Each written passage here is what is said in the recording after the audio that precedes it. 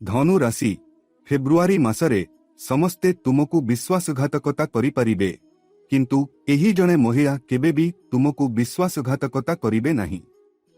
जदि से तुम सहित ठिया हुअंती तेबे तुमको काहा उपरे निर्भर करिबाकू पड़िबो नाही। आजिर वीडियो को शेष पर्यंत देखंतु कारण एही दुनिया रे समस्ते केबे ना केबे विश्वासघातकता भोगिबाकू बाध्य। तुमे मध्य बहुत संघर्ष करिछ एवं अनेक खराब दिनर सम्मुखीन होइछ। तुमे मध्य अनेक थर विश्वासघातकता पाइछ। तुमे अनेक थर स्वार्थपर लोकंकु चिन्हट करिछ, केतेबेले बंधु मानक द्वारा, केतेबेले संपर्कीय मानक द्वारा, आउ केतेबेले तुमर निज रक्त संपर्कीय मानक द्वारा मध्य।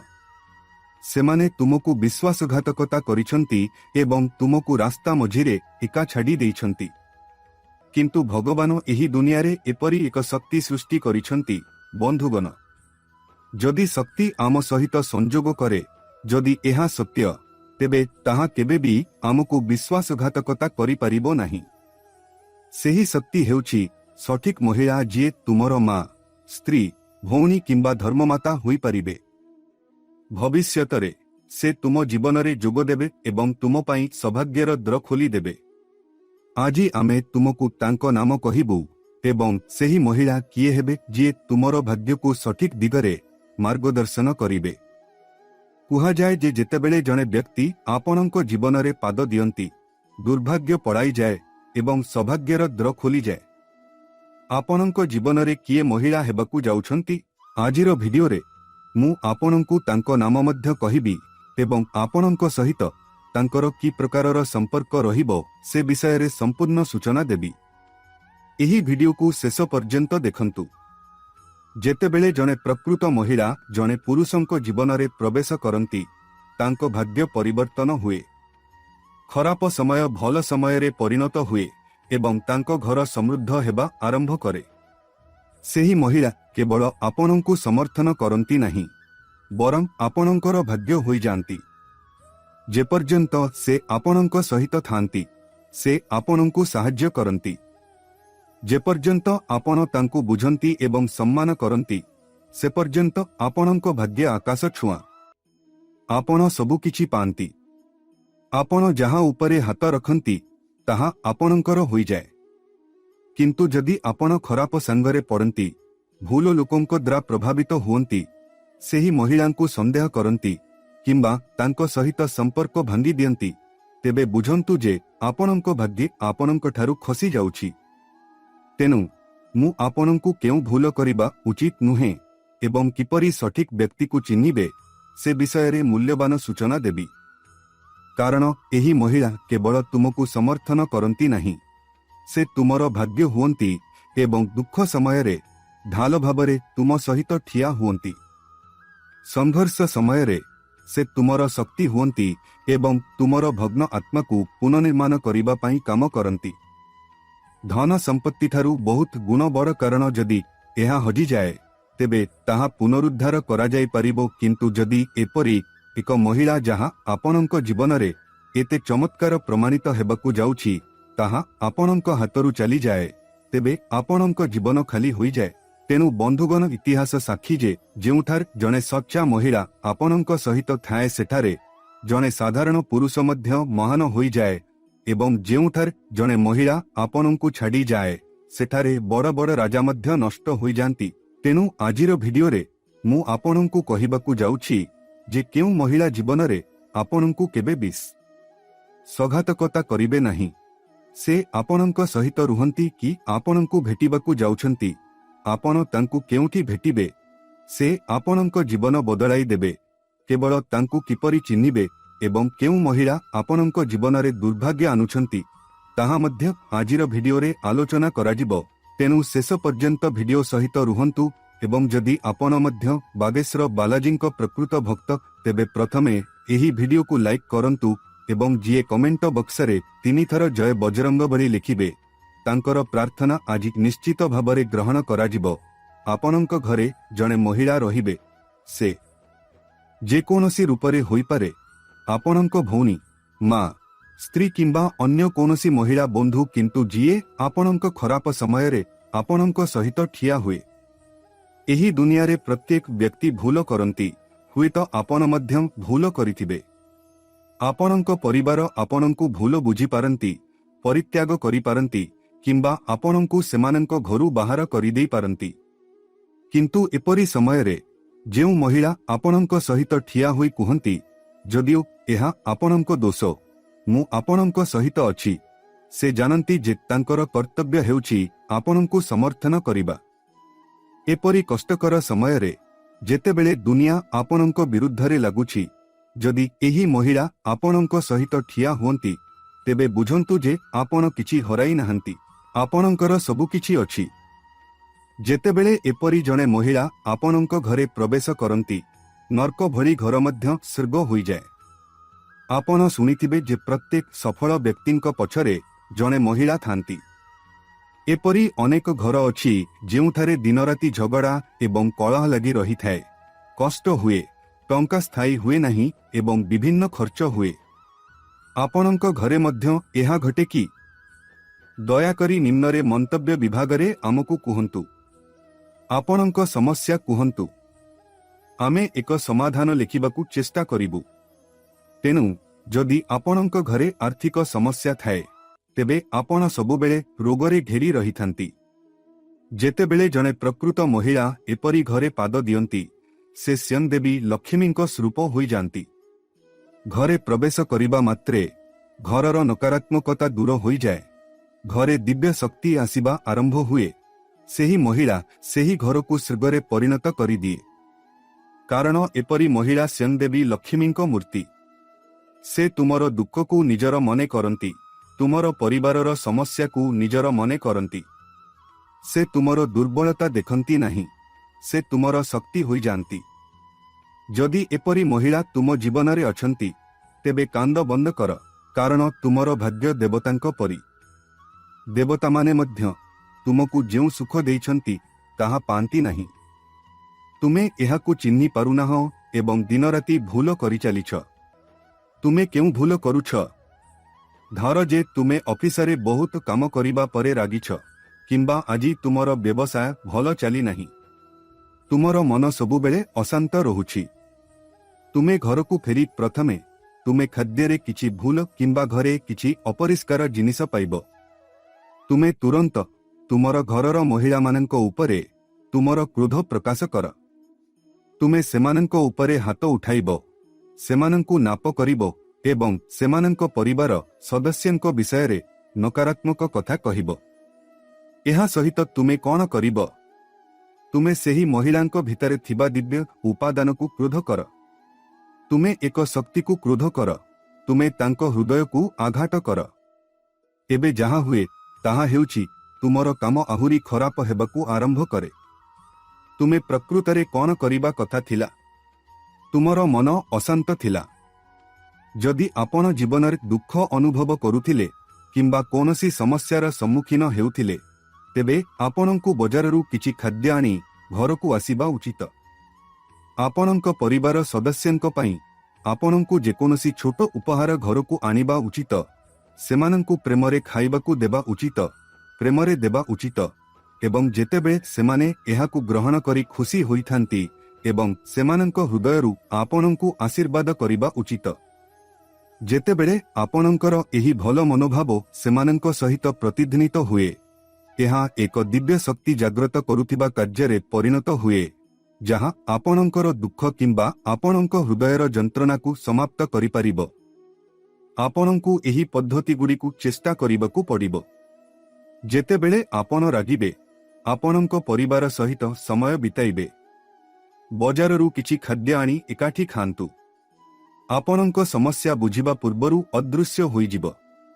ଏବେ ପ୍ରଶ୍ନ ଉଠୁଛି ଯେ ଆଜିର ସମୟରେ ମହିଳାମାନେ ସମର୍ଥନ କରିବା ଅପେକ୍ଷା ଅଧିକ ପ୍ରତାରକ ହୋଇପଡ଼ୁଛନ୍ତି। ଆମେ ସବୁଠି ସମାନ ଖବର ଶୁଣିବାକୁ ପାଉଛୁ।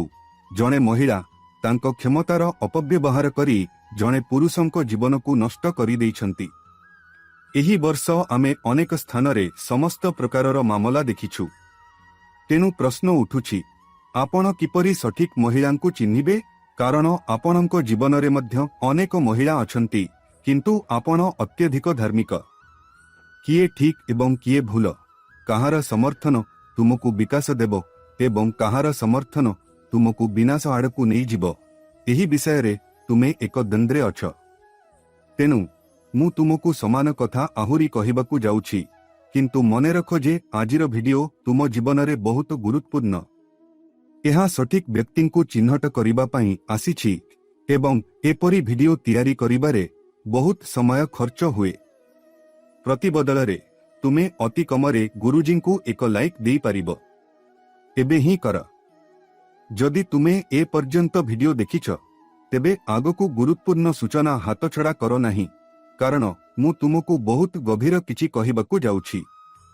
ସମ୍ଭବତଃ ଏହି ମହିଳା ତୁମର ଭାଗ୍ୟ ମଧ୍ୟ ବଦଳାଇବାକୁ ଯାଉଛନ୍ତି ଏବଂ ଆଜି ଭିଡିଓଟି ତୁମ ସାମ୍ନାକୁ ଆସିଛି, ଯାହାର ଅର୍ଥ ହେଉଛି ଏହା ପଛରେ କିଛି ନା କିଛି ସଂକେତ ଲୁଚି ରହିଛି।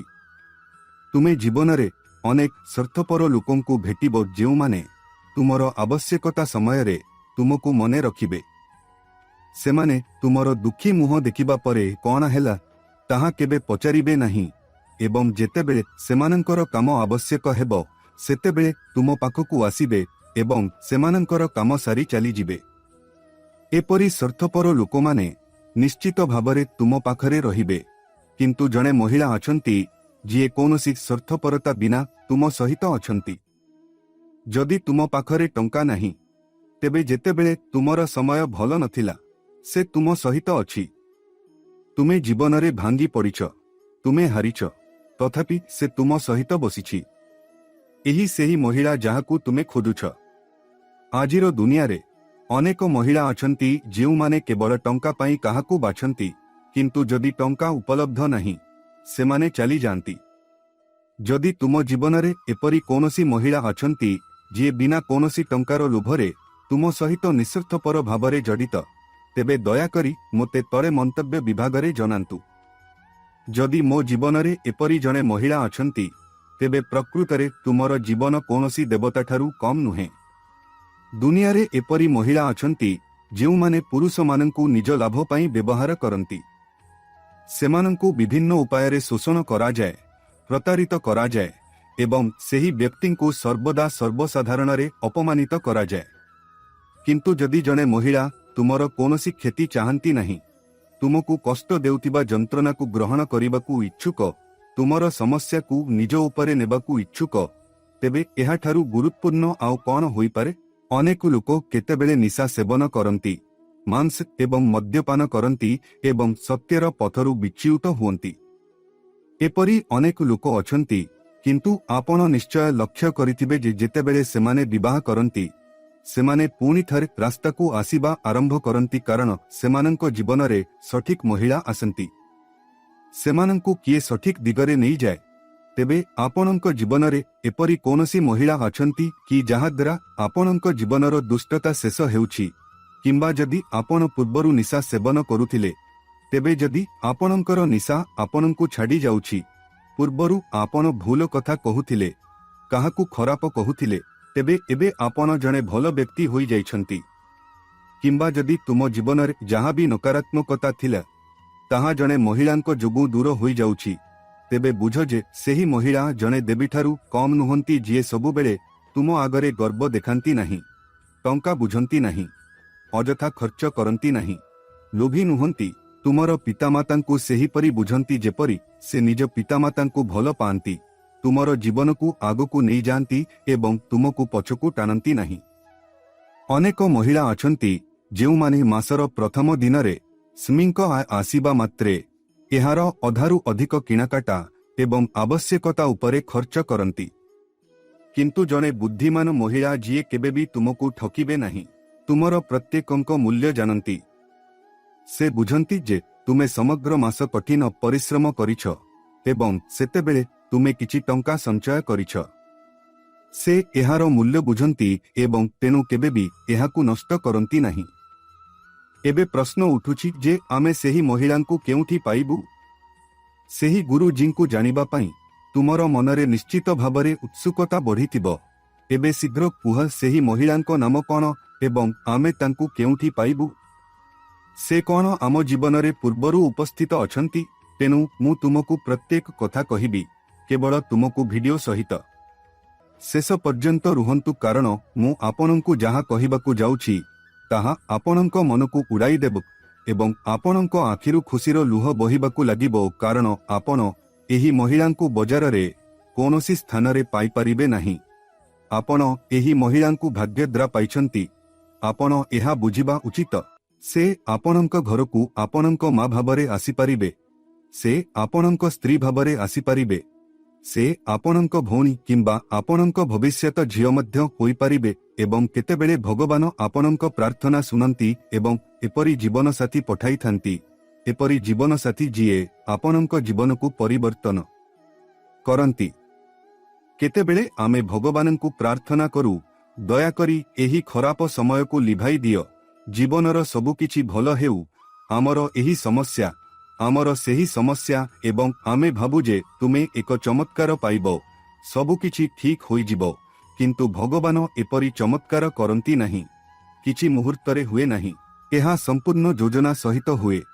तेनु एठारे बालाजी महाराज मध्य तुमर भाग्यकु एपरी भाबरे बदलाइबाकु जाउछंती जे तुम जीवनरे जणे महिला आसीबे जे तुमकु सठिक दिगदर्शन देबे।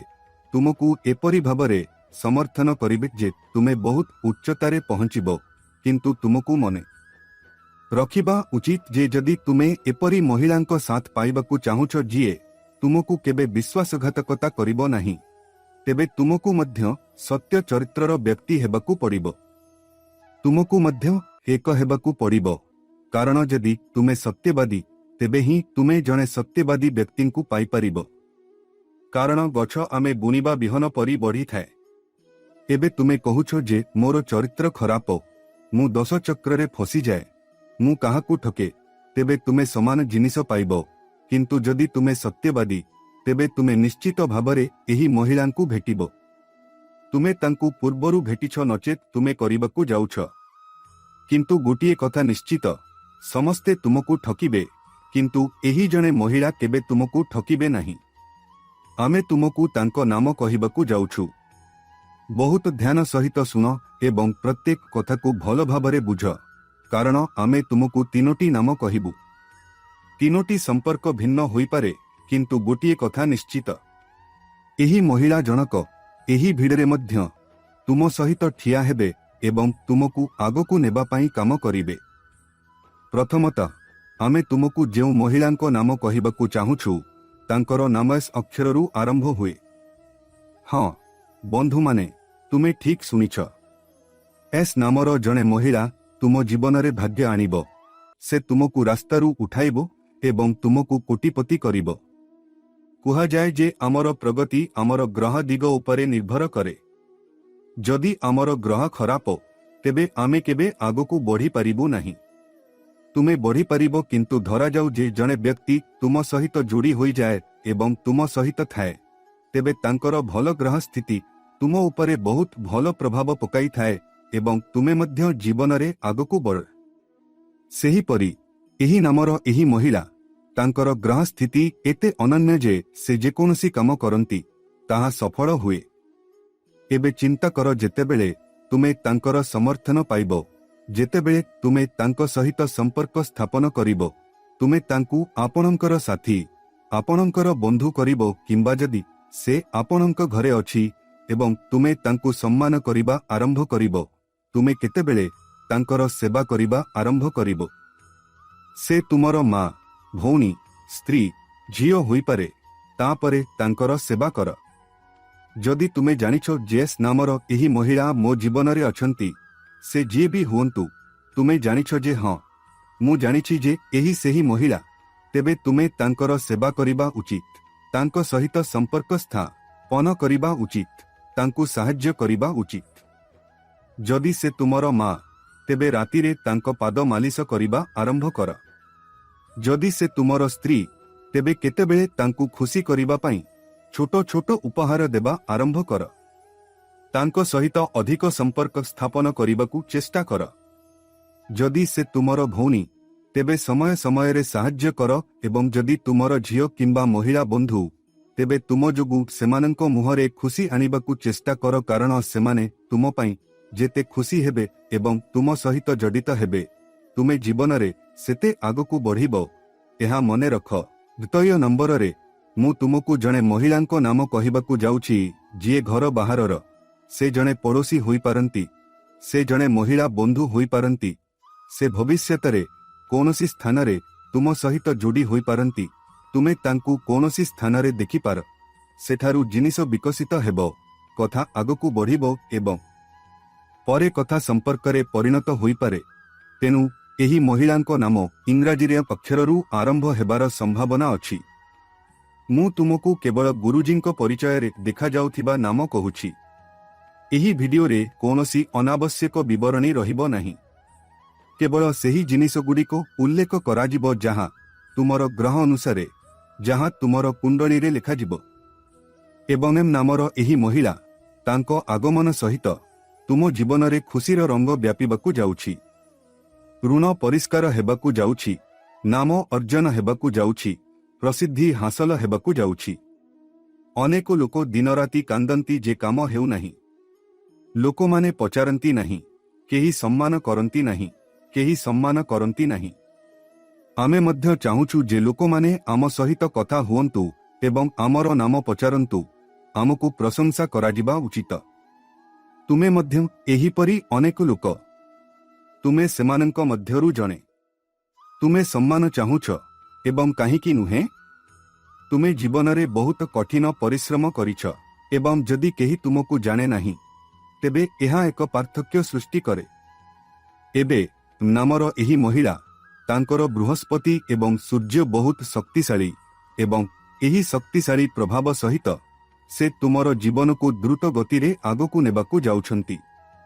ତୁମେ ବହୁତ ଶକ୍ତିଶାଳୀ ହେବ ଏବଂ ତୁମେ ଖ୍ୟାତି, ସମ୍ମାନ ସବୁକିଛି ହାସଲ କରିବ କେବଳ ଏହି ଗୋଟିଏ ମହିଳାଙ୍କ ଯୋଗୁଁ।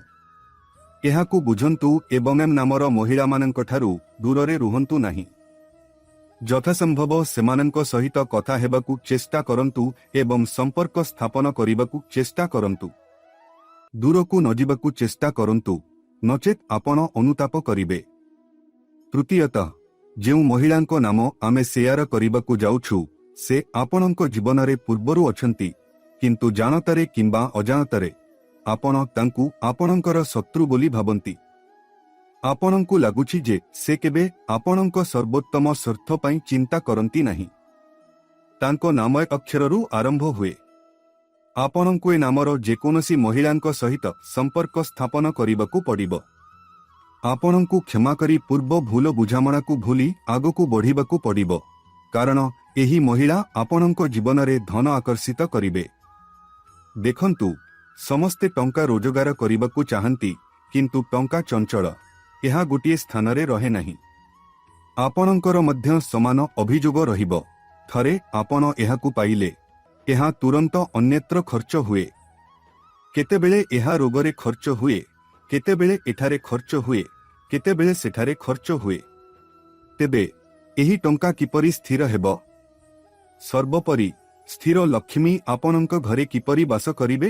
ଏ ନାମର ଏହି ମହିଳାଙ୍କ ପାଖରେ ଏପରି ଗୁଣ ଏବଂ ଉପାଦାନ ଅଛି ଯାହା ଆପଣଙ୍କୁ ସ୍ଥିର ଲକ୍ଷ୍ମୀ ପ୍ରାପ୍ତ କରିବାରେ ସାହାଯ୍ୟ କରିପାରିବ।